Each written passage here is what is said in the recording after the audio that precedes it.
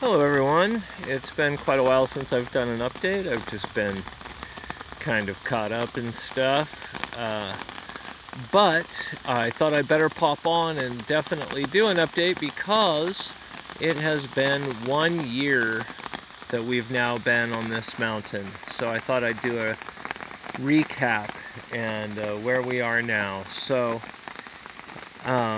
most exciting thing right now, it's raining, of course. Rains a lot up here, but look at that pond is freaking full. Pond is full. The swale lines are doing their thing. We've got water running down the swale into the pond over here, which is just about to overflow. I'm sitting in one of my favorite spots, my yoga tai chi spot. I guess I'll show you. I just got a water bottle. My muddy feet, but it's got some blankets laid out. It's not like great protection or anything, but it's just something so I don't have to sit in the dirt when I'm doing my yoga. And this is, of course, the high point on the ground. But let's see, where are we? We've done some improvements on our cooking area recently. I'd show you that, but I'd have to walk out into the rain. But I just threw some logs down around the perimeter and bermed it up. I still haven't done the door side, the side that leads into the pantry or staging room, just because I got to move all shelving and stuff to get to it. So it's flooding out despite my efforts, but that's fine. I kind of knew it would. We were definitely going to get water in. Well, one way or another, that's why we have a drain, but right now it's really coming in through the next room over. Let's see, what else is new? We've got the water collectors over there. It's now a 3-bucket system. Goes into the first collection bucket and then goes through rock and sand into a charcoal filter, drops out into the second bucket, which then there's sand at the bottom of that and a pipe that goes over, and then the water percolates back up, lightning, back up through the sand in the third bucket. So now that third bucket, we've been working through, isn't that beautiful? We've been working through cleaning that sand through. Like there's always sediment and crap that needs to filter through. So that's just about done. We're now starting to get clean water out of that. That's really exciting. Turns out getting pollen out of your water is a big pain in the rear. What else is new? We've got 3 beautiful puppies that are now about 7, maybe 8 months old. We've got a pile of birds. How many? We've got 13 guineas. We lost one guinea to a coyote recently. And so we've now lost 2 guineas, one to a hawk and one to a coyote. We've got 3 chickens still. We've got the 3 puppies plus an old Pyrenees. We've got a cat and we've got 3 humans all living up here. Got some plants in the ground. Actually, I'll just turn around right here and you can see that guy right there, berry bush. It's kind of hard to differentiate, but right in front of that stump right there, berry bush. But this whole thing, if I can get my finger out there, this whole thing along here is now a berry hedge. Well, coming in, we've got way over there by the water collector on the side of the barn, we've got all grapes growing. What else? I don't know that there's a lot. Technically, in some ways, we've been going way slower than I thought. In some ways, we're just doing fantastic. But a year later, and we're still here, we're still doing it. My pond is actually a pond. It's all filling up. This might actually be the storm that breaches the swale line, which is really the target. What I really want is for this water in here to actually extend out so that we've got a couple inches across the entire swale line of just, well, I guess we'd say standing water, but really just slow flowing water. At which point we can do overflow back behind me over this way, which will eventually run down all through there as garden space.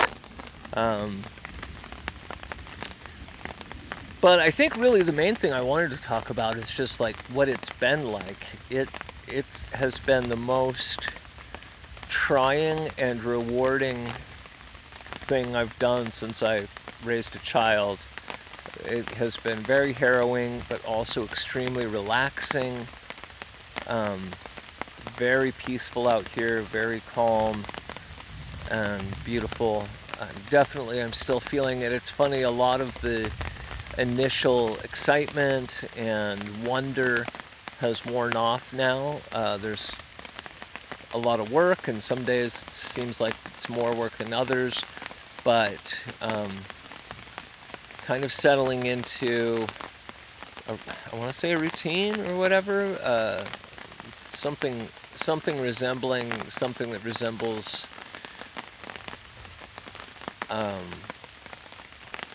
normal daily activity, right? I get up and helping Michael out on his farm, so I wake up, I head over there, I work over there for a few hours, then come back here, put some work in here for a few hours. My tent is probably flooding right now. I've got just a tiny little leak in my tent, but we get so much rain that a tiny little leak becomes a full-on puddle. So I'm probably gonna spit and cuss in a minute here when I go back to my tent, but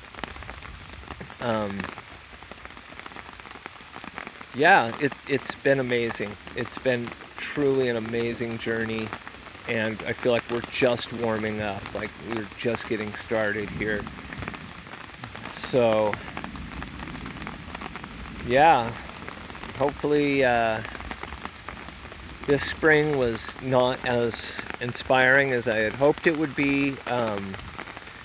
We need a goat in here to clear out all our underbrush so we can plant more effectively, but it turns out it's really challenging to garden without any kind of compost or irrigation. Irrigation is the thing that we're missing the most, which is another reason I'm so excited about this pond being here. But we do have several plants that have taken, like quite a few. I've got a few trees, fruit trees that are in the ground and growing nicely. A couple pepper plants, a couple tomato plants, and I mentioned before, we threw bean and lentil seeds all over this property, as well as like various other things, onion and radishes and stuff, like just everywhere, because we wanted to just get a sample and see what would grow and where, and just kind of what would happen.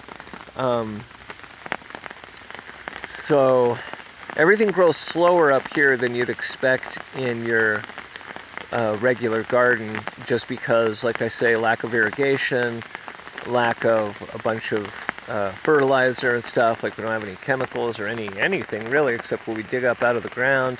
Now I've managed to accumulate some bird poop, so I actually can do a little fertilizing now, but we're so late in the season, I don't know if it makes any difference.